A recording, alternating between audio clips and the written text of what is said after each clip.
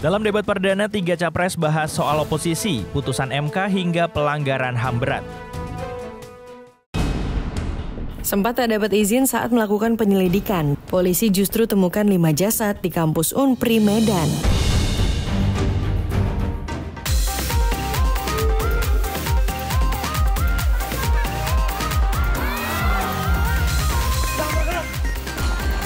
Mohon maaf sebesar-besarnya kepada istri saya.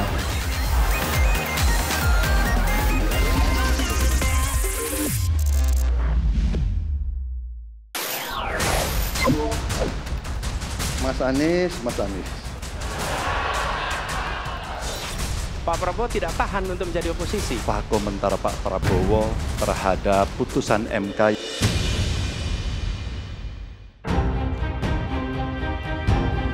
Debat perdana peserta Pilpres 2024 diwarnai saling serang dan kritik dari ketiga capres. Sesederhana itu, Pak Anies.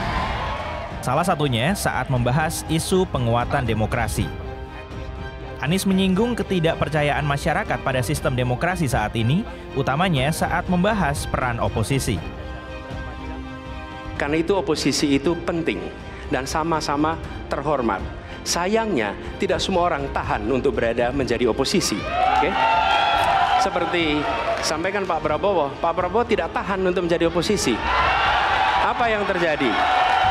Beliau sendiri menyampaikan bahwa tidak berada dalam kekuasaan membuat tidak bisa berbisnis, tidak bisa berusaha. Karena itu harus berada dalam kekuasaan.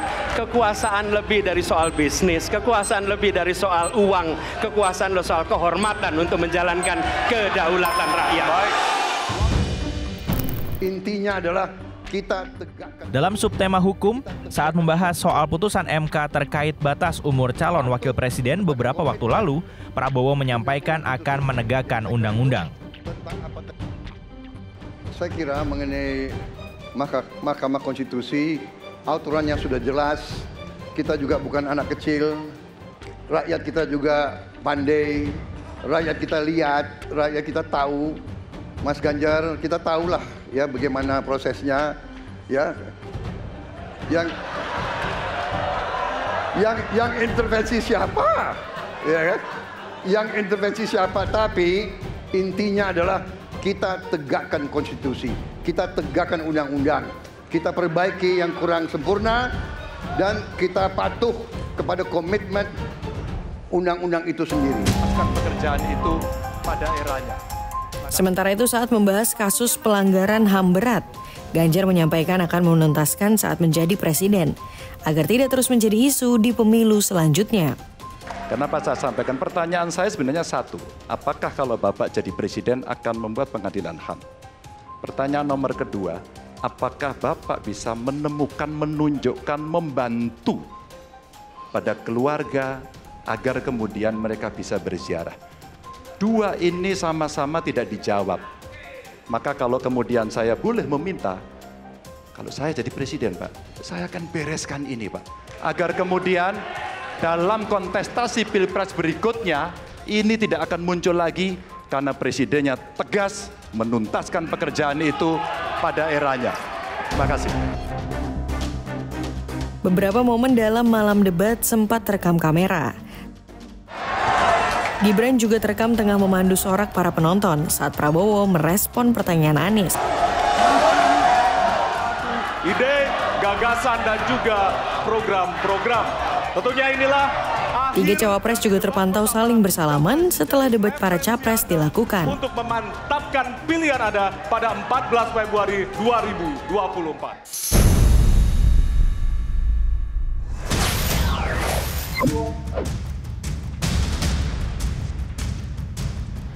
Ada mayat di Unpri lantai 9.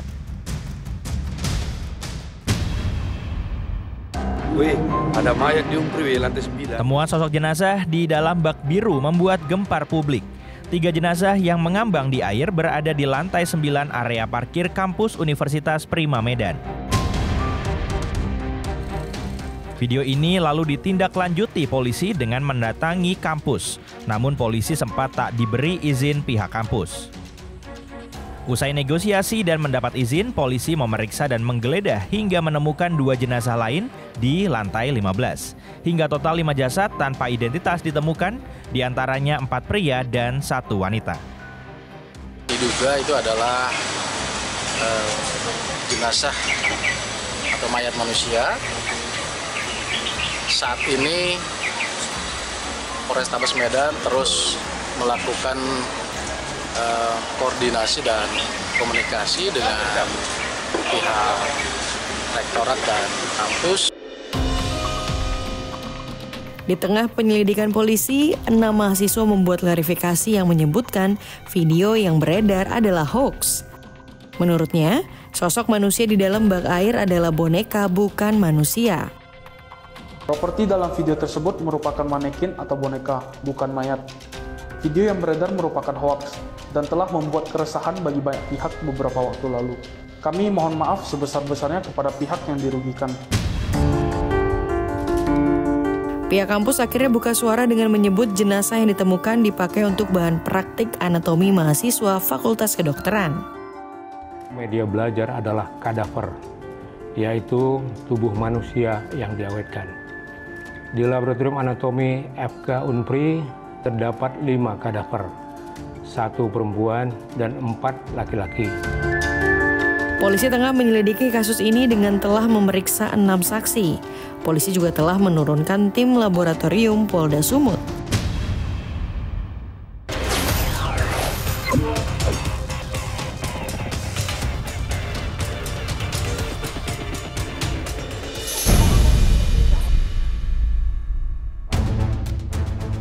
Selebritas Amar Zoni kembali ditangkap polisi terkait kasus narkoba.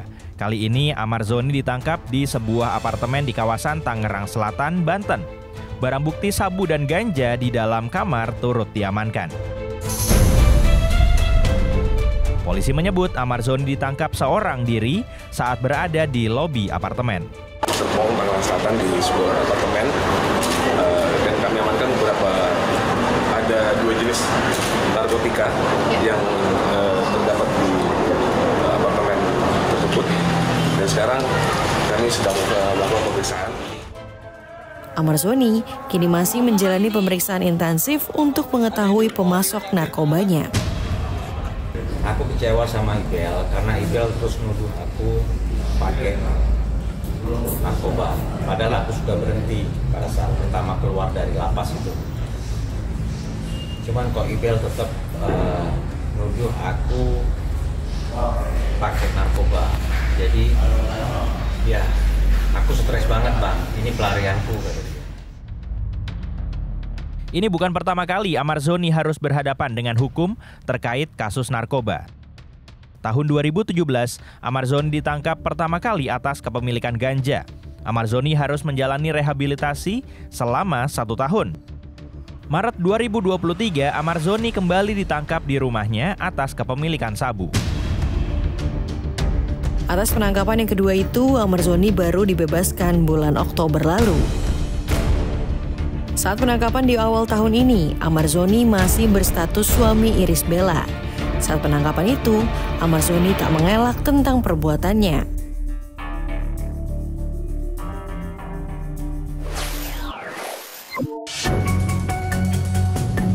Pengungsi Rohingya yang baru tiba di Aceh menimbulkan pro dan kontra.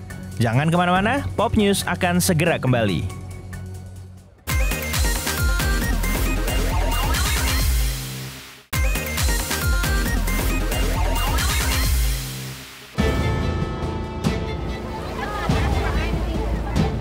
Kesimpulan bersama masyarakat Kampung Pulau Pinang Nusa Dua beserta ataupun saya sendiri, kehadiran Rohingya ke pesisir ke Kampung Pulau Pinang Nusa Dua berdasarkan permintaan masyarakat ditolak. Tapi kita komitmen orang ini hari ini tidak boleh ada tempat kita. Setuju?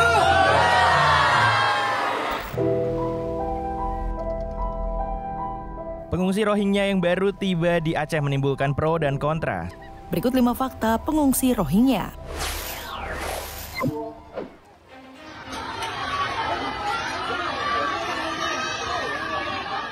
Amukan warga Sabang ini sudah tak lagi terbendung. Mereka menolak 139 pengungsi Rohingya masuk ke Sabang, Aceh. Warga meminta para pengungsi segera dipindahkan. Kita komitmen orang ini hari ini tidak boleh ada tempat kita. Setuju? Besok lagi.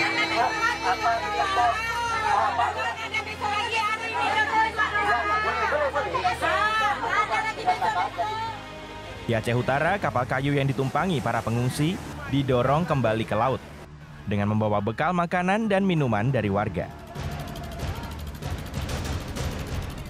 Nggak menerima karena mengganggu kenyamanan. Yang pertama, pengalaman yang lalu memang mereka nggak tertib dan mereka sewaktu-waktu juga melarikan diri. 202 pengungsi Rohingya kembali mendarat di pantai Blang Raya, Kabupaten Pidi, Aceh. Mereka tiba pukul 3:30 dini hari. Dalam bulan Desember, tercatat 3 kapal mendarat di berbagai lokasi di Provinsi Aceh. Tak main-main, kapal-kapal ini membawa total 500 orang pengungsi Rohingya. Pada awal krisis Rohingya, pemerintah menempatkan sejumlah pengungsi Rohingya ke kamp pengungsi permanen, seperti Puspa Agro di Sidoarjo ini. Mereka difasilitasi tempat tinggal dan konsumsi harian. Selain itu, mereka diberi jatah uang sebesar Rp1.250.000 per kepala per bulan oleh Organisasi Pengungsi Internasional atau IOM. Namun mereka tidak mendapatkan izin bekerja selama di Indonesia. Kelihatan kayak makan gratis gitu ya. Terus mereka juga bilang gitu gratis gitu. Soalnya bukan kita pingin hidup kayak gini. Soalnya kita gak ada cara lain juga. Gitu. Di sini gak bisa kerja juga. Terus kita harus mau kemana lagi. Namun seiring masuknya gelombang pengungsi yang lebih besar, penampungan seperti ini telah penuh. Pemerintah Indonesia tengah mencari tempat penampungan baru. Pemerintah juga akan mengedepankan prinsip kemanusiaan dalam kasus pengungsi Rohingya. Untuk nanti dicarikan tempat penampungan, karena yang ada sudah tidak muat, tapi kita akan segera mencari jalan untuk mencari secepatnya. Nanti Forkompimda 3 provinsi, Aceh, Sumatera Utara, dan Riau akan dikoordinir oleh Menteri Dalam Negeri untuk membicarakan itu. Nah, sementara Ibu Menteri Luar Negeri akan menghubungi UNHCR. Pemerintah juga memastikan hanya memberikan penampungan sementara untuk pengungsi Rohingya di Aceh. Presiden menegaskan pemerintah akan memberi bantuan untuk pengungsi Rohingya, namun tetap mengutamakan kepentingan masyarakat lokal. Langkah diplomasi kemanusiaan diambil pemerintah, meski Indonesia bukan anggota konvensi pengungsi. Pemerintah memutuskan tetap menyalurkan bantuan semata untuk melindungi hak asasi manusia. Banyaknya jumlah pengungsi Rohingya yang melakukan eksodus memunculkan kecurigaan akan keterlibatan mafia. Diduga para pengungsi merupakan korban dari sindikat kejahatan perdagangan manusia maupun korban konflik. Mereka juga adalah korban-korban dari para mafia-mafia yang membawa mereka dari menjual harta bendanya, kemudian datang kemari dengan ditawarkan lebih layak. Jika dalam penyelidikan ditemukan adanya keterlibatan mafia TPPO, pemerintah menegaskan akan menindak jaringan yang terlibat. Isu tindak pidana perdagangan orang mencuat ketika pengungsi Rohingya mengaku membayar $1.000 atau sekitar 15 juta rupiah per kepala untuk menyeberang ke Indonesia. Polisi mengatakan telah menangkap supir truk yang menyelundupkan 36 orang pengungsi Rohingya dari Aceh ke provinsi lain. 36 orang itu dipindahkan dari kapal besar berisi 275 pengungsi.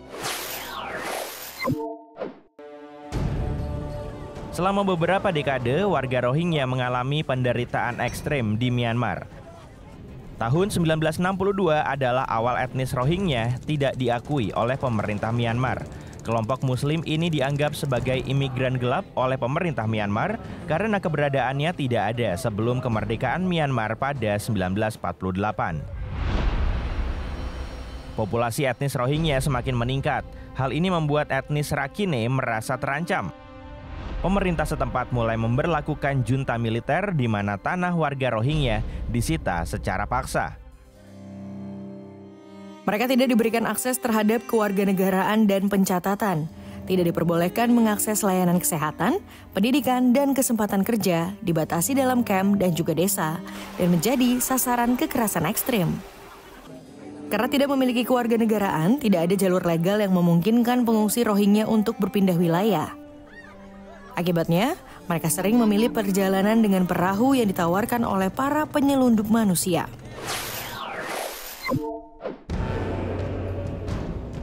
PBB melalui UNHCR terus mengawasi dan memberikan bantuan kepada pengungsi Rohingya yang tersebar di berbagai negara, termasuk mendukung masyarakat lokal yang terdampak karena krisis pengungsi. That if we work together, all the different actors, UNHCR, IOM, and the local authorities and different humanitarian actors and local communities, we will find a solution. We will manage. This is a manageable situation. Dalam pertemuan bilateralnya di Putrajaya, Malaysia, pemerintah Malaysia dan Filipina juga membicarakan soal krisis Myanmar dan Rohingya. We did touch upon Myanmar, also give some flexibility, room and space for neighboring countries to engage on an informal basis without sacrificing the issues of human rights. Sementara itu di sela-sela sidang PBB September lalu, Menteri Luar Negeri mengatakan bahwa isu Rohingya tak bisa lepas dari penyelesaian krisis di Myanmar. Jadi integrasi warga Rohingya ke dalam Myanmar harus menjadi bagian dari agenda dialog nasional inklusif. Ada lebih dari 1 juta orang pengungsi Rohingya yang mencari perlindungan. Mereka tersebar di sejumlah negara. Bangladesh menjadi negara yang paling banyak menampung pengungsi Rohingya, diikuti Malaysia, Thailand, India, dan terakhir Indonesia.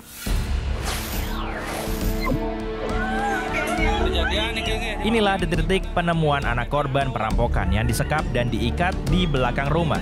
Jangan kemana-mana, Pop News akan segera kembali.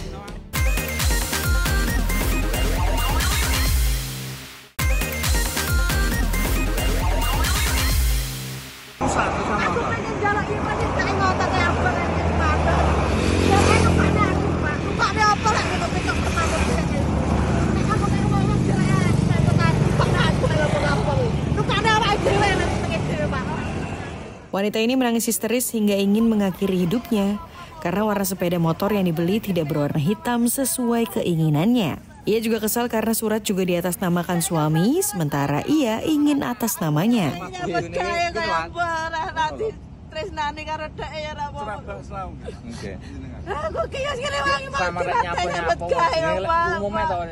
Polisi yang awalnya menemukan korban terlentang di tengah jalan, ini akhirnya memastikan pihak dealer motor membantu mengubah surat kepemilikan menjadi nama istri.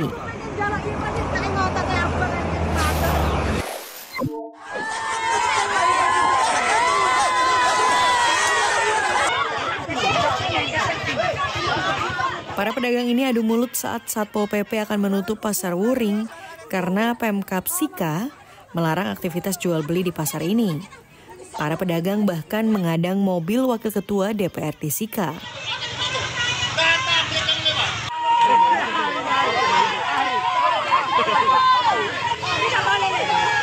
Para pedagang juga memprotes penutupan karena mereka mengklaim telah mengantongi izin dari Kementerian Investasi. Mereka berharap pemerintah meninjau kembali keputusan itu.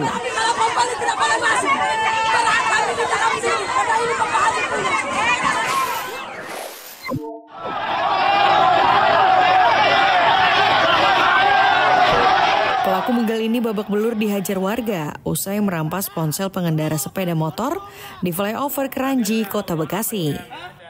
Pelaku nekat melukai leher korban saat sepeda motornya tengah mogok.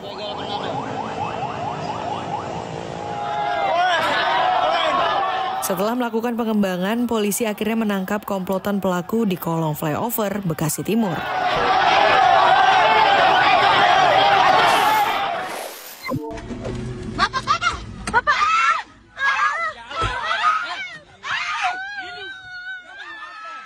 Pengendara ini tiba-tiba diadang dan diserang pengendara lain yang merupakan anggota klub mobil. Diduga pelaku kesal karena tak diberi jalan saat akan menyalip mobil korban.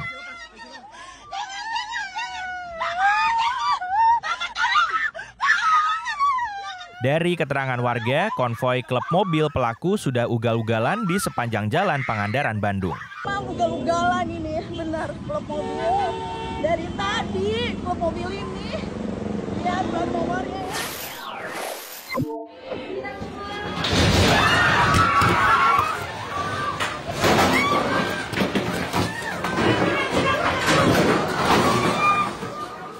Plafon kantor baru Baimong ini tiba-tiba runtuh hingga kaca pecah.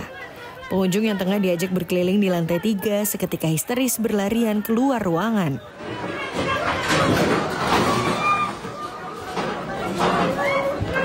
Akibat kejadian ini, beberapa sudut ruangan mengalami kerusakan fatal. Tidak ada korban jiwa maupun terluka dalam peristiwa ini. Kejadian ini di Mabian ini panak nalit tuh ketiang aja. Aja maling ini ki sakit gede bangkan maling nih. Inilah detik-detik penemuan anak korban perampokan yang disekap dan diikat di belakang rumah. Korban ditemukan usai kedua orang tuanya pulang dari berjualan. Ibu nih tuh, yo kejadian tuh panak nih, sekap tuh. Rumah korban disatroni perampok yang membawa uang 7 juta rupiah dan ponsel. Polisi telah melakukan olah TKP dan mengantongi identitas pelaku.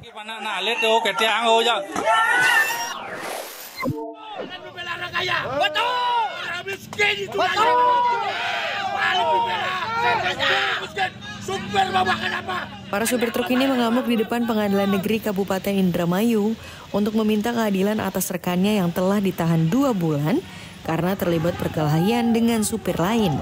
Istrinya itu apa? Mau makan apa lo? 2 bulan ditahan.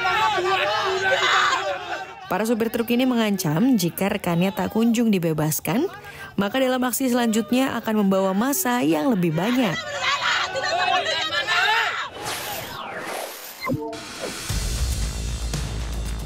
Informasi ini mengakhiri Pop News hari ini. Jangan lupa tetap saksikan Pop News setiap hari Sabtu dan Minggu pukul 9:30 waktu Indonesia Barat. Tentunya hanya di Kompas TV. Terima kasih dan sampai jumpa.